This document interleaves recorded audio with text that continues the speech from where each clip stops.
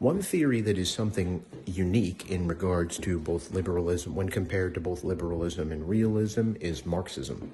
Marxism was obviously originally created, or conceptualized rather, by Karl Marx.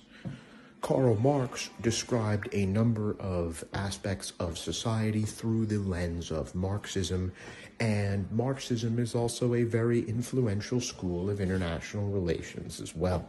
And it is something that that differs from both what liberalism states and what realism states. So, essentially, Marxist thought is the idea that, as mentioned earlier in regards to war, states are created by the bourgeoisie.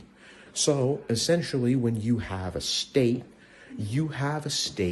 which is made up of a number of people, but these lower class people, these proletariats, their opinions and efforts don't really matter so much.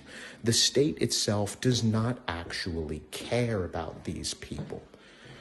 As such, their opinions, wants, and desires become irrelevant.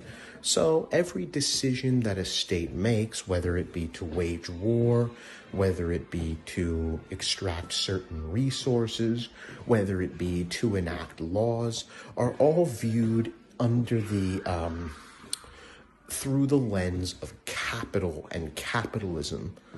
According to Marxism, most laws are waged by the bourgeoisie in an attempt to gain things that can further increase their wealth, such as, for example, more land, more resources, or more people that they can exploit as workers. They believe that rules are primarily ascribed mainly to protect things like private property and also to protect the bourgeoisie as a whole. Essentially, they believe that the government and that the people themselves aren't actually truly considered important when it comes to what the government wants to do. In essence, the Marxist belief is that the vast majority, if not all countries, are run like oligarchies. So, the only opinion that truly is relevant, according to Marxist international relations theory, are those of the oligarchs in charge of a given country. And so every aspect of what the country does and their decision, everything from their decisions to their alliances to their enemies, all come from a desire for resource extraction, and that all these other things like religion or ideology or interests are not necessarily so relevant. Whereas realism puts hyper-focus on states' interests, Marxism too puts hyper-focus on states' interests, but says that the interest of the state is essentially no different from the influence of the state's rich. So in that regard, Marxism likely aligns itself a little bit closer to realism than it does to liberalism, but it rejects realism as the interest of the state, and instead says that it boils down to the interests of the rich. In that regard, it puts a significantly heavier focus on economy and economic status than the majority of other theories in international relations. However, the Marxist theory of international relations has some interesting aspects to it, and it's used today to describe things such as imperialism and also the way the world works regarding power and regarding distance of actors. So, one such theory is the